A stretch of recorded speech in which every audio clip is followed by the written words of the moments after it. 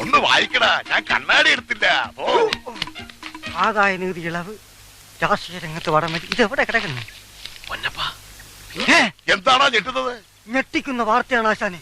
ആ എന്താ പെട്ടെന്ന് വായിക്കേ.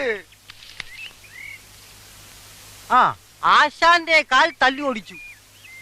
ഫോട്ടോയും ഉണ്ടല്ലോ. അയ്യോ, ഇത് ഇവന്മാരെപ്പ എടുത്തു?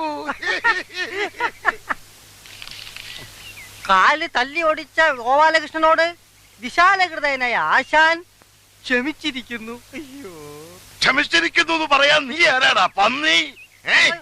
അയ്യോ, നമസ്കാരം. എന്തോ ഓടി വാടാ.